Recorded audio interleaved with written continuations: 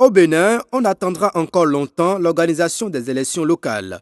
Mieux, difficile de dire avec certitude les dates des scrutins à venir quand bien même elles sont connues.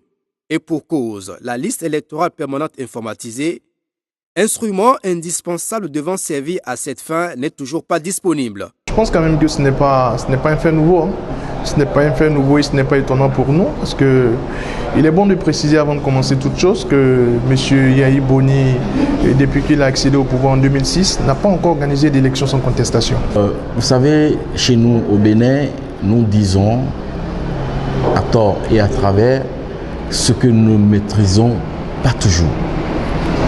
Le pouvoir en place n'a aucun intérêt à bloquer l'organisation des élections municipales et locales. Au sein du comité d'observation et de supervision de la LIPI, des divisions sont observées.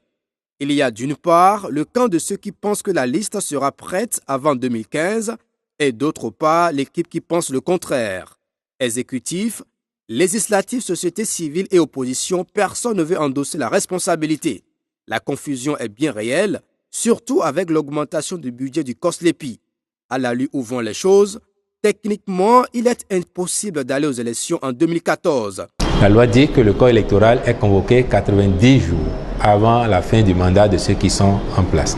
Au jour d'aujourd'hui, la fin du mandat des maires en place n'est pas connue parce qu'il y a eu un report inédit. C'est à partir du moment où le décret de convocation du corps électoral serait pris que nous allons projeter les 3 mois de la fin de leur mandat. Il faut que l'élection se tienne 1 mois au plus avant la fin de leur mandat.